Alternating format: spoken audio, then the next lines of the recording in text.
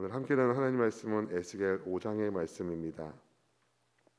에스겔 5장 우리 1절에서 우리 17절까지의 말씀인데요. 에스겔 5장 말씀 전체 제가 한 절 여러분이 한 절 먼저 말씀을 읽도록 하겠습니다. 너 인자야, 너는 날카로운 칼을 가져다가 삭도로 삼아 네 머리털과 수염을 깎아서 저울로 달아 나누어 두라. 그 성읍을 애워싸는 날이 차거든 너는 터럭 3분의 1은 성읍 안에서 불사르고 3분의 1은 성읍 사방에서 칼로 치고 또 성읍 3분의 3을 바람에 흩으라. 내가 그 뒤를 따라 칼을 빼리라. 너는 터럭 중에서 조금을 네 옷자락에 싸고 또 그 가운데에서 얼마를 불에 던져 사르라. 그 속에서 불이 이스라엘 온 족속에게로 나오리라. 주 야훼께서 이와 같이 이르시되 이것이 곧 예루살렘이라. 내가 그를 이방인 가운데 두어 나라들이 둘러 있게 하였거늘 그가 내 규례를 거슬러서 이방인보다 악을 더 행하며 내 율례도 그리함이 그를 둘러 있는 나라들보다 더하니 이는 그들이 내 규례를 버리고 내 율례를 행하지 아니하였음이니라.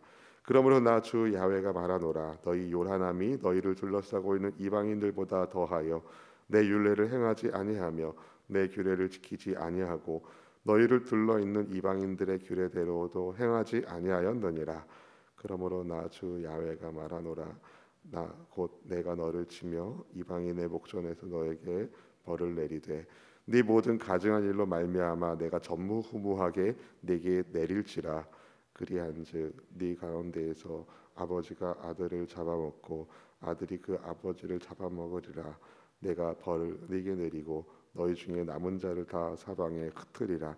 그러므로 나 주 야훼가 말하노라. 내가 나의 삶을 두고 맹세하노니 네가 모든 미운 물건과 모든 가증한 일로 내 송소를 더럽혔은즉 나도 너를 아끼지 아니하며 긍휼을 베풀지 아니하고 미약하게 하리니 너희 가운데에서 3분의 1은 전염병으로 죽으며 기근으로 멸망할 것이요 3분의 1은 너희 사방에서 칼에 엎드려질 것이며 3분의 1은 내가 사방에 흩어버리고 또 그 뒤를 따라가며 칼을 빼리라. 이와 같이 내 노가 다한즉 그들을 향한 분이 풀려서 내 마음이 가라앉으리라. 내 분이 그들에게 다한즉 나 야훼가 열심으로 말한 줄을 그들이 알리라.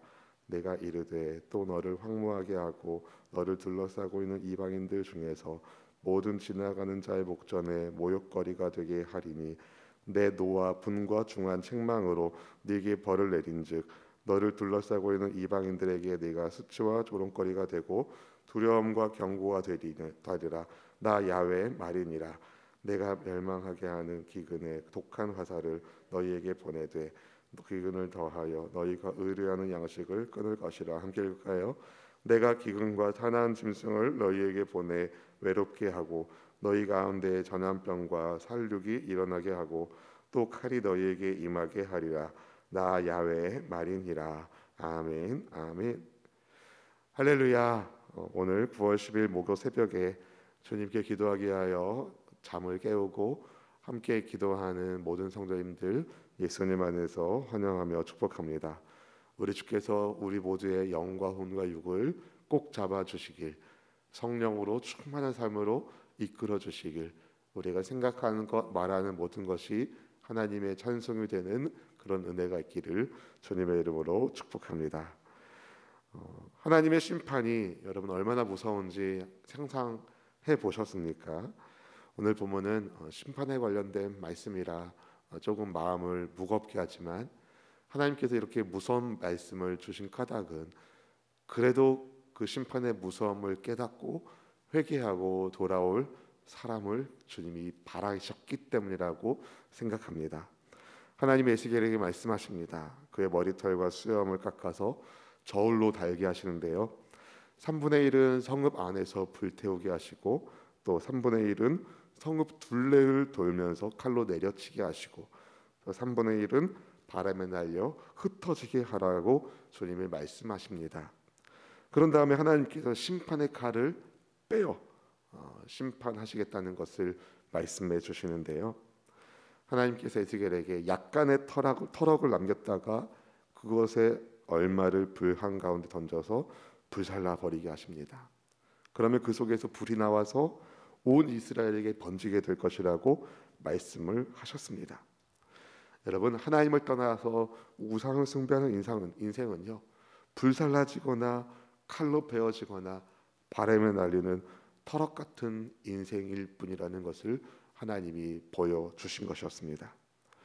하나님은 이 에스겔에게 그와 같은 상징적인 행동을 하게 하시는 이유에 대하여 예루살렘의 범죄 때문이라고 콕 집어서 이야기하시는데요. 본문의 5절부터 우리 7절까지 말씀을 한번 좀 길지만 같이 함께 읽어봅니다. 주 야훼께서 이와 같이 이르시되 이것이 곧 예루살렘이라. 내가 그를 이방인 가운데 두어 나라들이 둘러 있게 하였거늘 그가 내 규례를 거슬러서 이방인보다 악을 더 행하며 내 율례도 그리함이 그를 둘러 있는 나라들보다 더하니 이는 그들이 내 규례를 버리고 내 율례를 행하지 아니하였음이니라. 그러므로 나 주 야훼가 말하노라. 너희 요란함이 너희를 둘러싸고 있는 이방인들보다 더하여 내 율례를 행하지 아니하며 내 규례를 지키지 아니하고 너희를 둘러있는 이방인들의 규례대로도 행하지 아니하였느니라. 아멘. 하나님께서 심판의 이유가 누구에게 있다고 이야기하십니까? 예루살렘에 있다고 이야기하십니다. 예루살렘이 여러분 어떤 곳입니까? 하나님께서 택한 백성 이스라엘에 하나님이 말씀하신 모양대로 성전을 지은 곳입니다. 즉 하나님의 도성이라고 말할 수 있는 곳이 바로 예루살렘입니다. 하나님께서 왜 이스라엘 백성들을 택하시고 그들을 통하여 하나님의 계심을 알리셨을까요? 이스라엘 백성을 택하신 목적이 무엇이었을까요? 여러분, 이스라엘은 하나님의 하나님 되심, 거룩하신 하나님이 살아계심과 그분의 은혜와 은총이 얼마나 크고 위대한지를 보여주는 축복의 통로로 선택받은 민족이며 나라였습니다. 하나님의 백성으로서 하나님의 말씀에 순종하면서 온 세상에 하나님이 살아계시다는 것을 드러내야 할 하나님의 백성들이 오히려 그들 주위에 이방인들보다 더 악한 행동을 했다는 겁니다. 심지어 이방인들보다 더 요란하게 우상을 숭배합니다. 그래서 하나님께서 선지자를 보내셔서 여러 번 경고를 하신 거예요. 그 경고에 따라서 돌아온 사람은 하나님이 용서해 주셨지만 끝까지 반항하고 반역한 이스라엘 백성들은 여러분 나라를 잃어버리게 되었습니다. 그래서 먼저는 북이스라엘이 망하고 이제 남유다가 그 망조의 길에 들어서서 사람들이 바벨론의 포로로 잡혀가게 된 것이죠. 근데 그런데도 불구하고 여전히 정신 차리지 못하고 있는 예루살렘을 향하여 하나님이 에스겔을 통하여 경고의 말씀을 주신 겁니다. 어떻게 벌을 내리시겠다고 말씀하십니까, 여러분? 본문의 8절 9절 말씀을 같이 읽어봅니다. 그러므로 나 주 야훼가 말하노라. 곧 내가 너를 치며 이방인의 목전에서 너에게 벌을 내리되 네 모든 가증한 일로 말미암아 내가 전무후무하게 내게 내릴지라. 하나님께서 이스라엘 백성들에게 복을 주실 때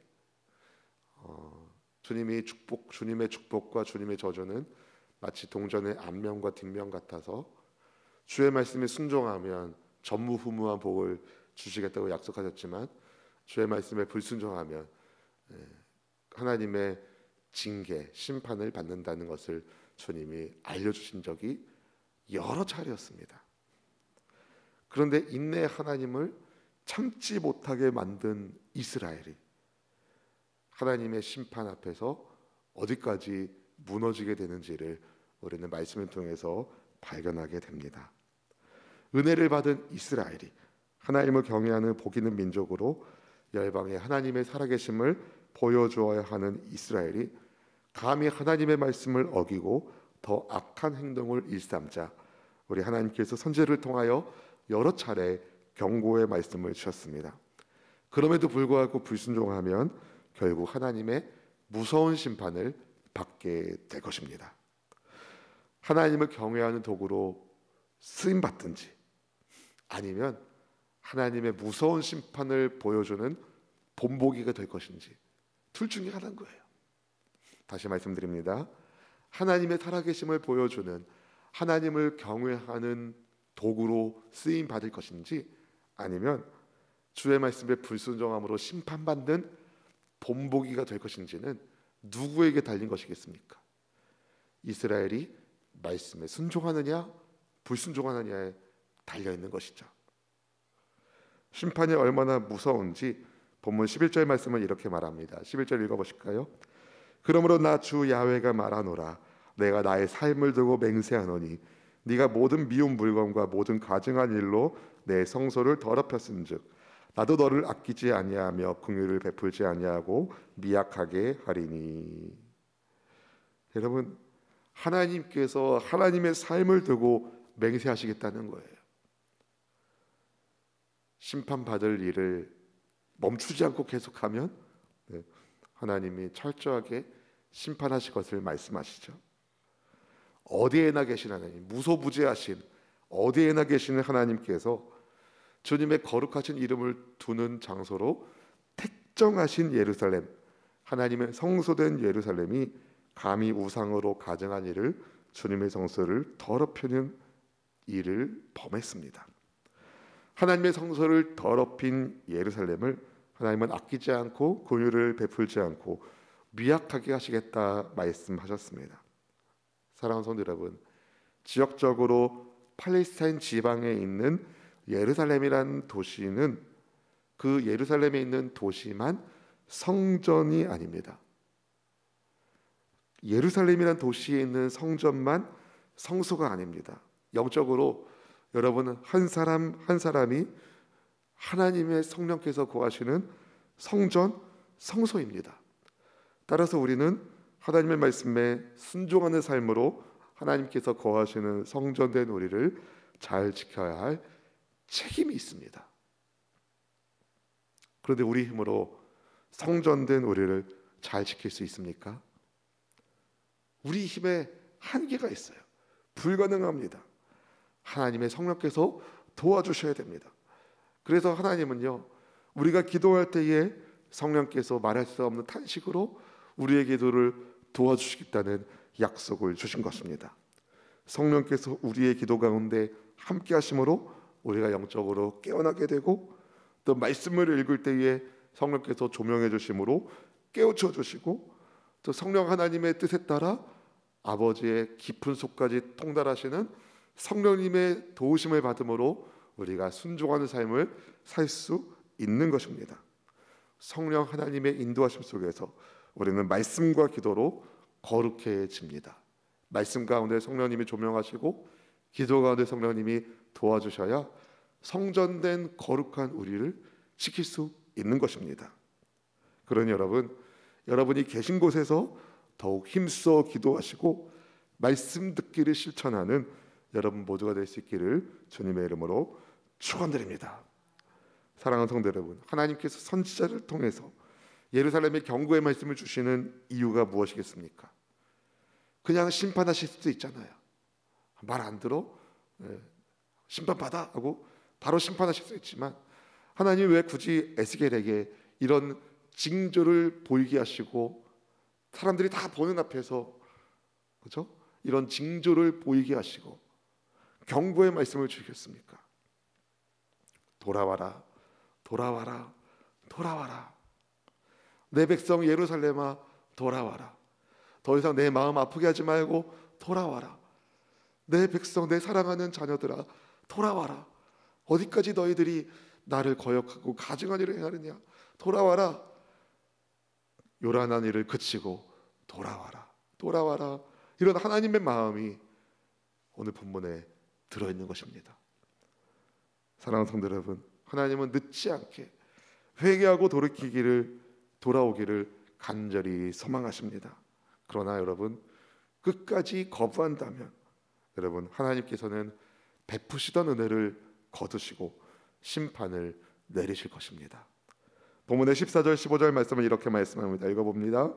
내가 이르되 또 너를 황무하게 하고 너를 둘러싸고 있는 이방인들 중에서 모든 지나가는 자의 목전에 모욕거리가 되게 하리니 내 노와 분과 중한 책망으로 네게 벌을 내린즉 너를 둘러싸고 있는 이방인들에게 내가 수치와 조롱거리가 되고 두려움과 경고가 되리라. 나 야훼의 말이니라. 아멘, 아멘. 사랑하는 성도 여러분, 우리는 구별된 하나님의 백성으로 부름을 받았습니다.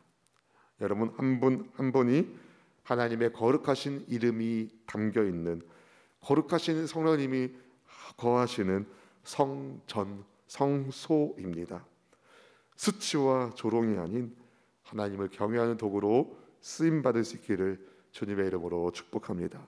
말씀을 정리합니다. 사랑하는 성도 여러분, 하나님이 우리를 부르심은 세상 가운데 하나님의 하나님 되심을 드러내게 하시려고 우리를 부르신 것입니다. 우리가 주의 말씀에 순종하면 하나님은 우리 집에 있는 부엌의 그릇까지 복을 주시는 거죠. 부엌의 그릇이 무슨 복을 받겠습니까, 여러분? 부엌의 그릇은 음식을 담아야 그릇이겠죠. 그릇의 기능을 잘하는 겁니다. 근데 귀한 음식, 값비싼 음식, 몸에 좋은 음식, 좋은 음식 이런 걸 담을 때 여러분 그 그릇이 복받았다고 얘기할 수 있겠죠. 하나님의 말씀에 순종하면 그 그릇도 그렇게 복을 받게 됩니다. 별것 아닌 것 같지만 하나님의 풍성하게 부어주시는 은혜가 있습니다. 그런 하나님의 말씀에 불순종하면 하나님께서 공급을 멈추시고 하나님의 징계와 심판 가운데 처하게 됩니다. 바라기는 온 나라 백성들이 하나님의 축복하심을 보고 하나님께 영광을 돌리는 순종의 도구로 여러분을 쓰임받기를 바랍니다. 단 한 사람도 하나님께서 징계하시는 심판의 본보기가 되지 않고 오직 성령의 인도하심을 받는 수치와 조롱의 도구가 아니라 하나님을 경외하는 은혜의 도구로 귀히 쓰임받는 여러분의 개인의 삶, 여러분의 가정, 여러분의 일터, 우리 교회, 이 나라 민족 될 수 있기를 주님의 이름으로 축원드립니다. 기도하겠습니다.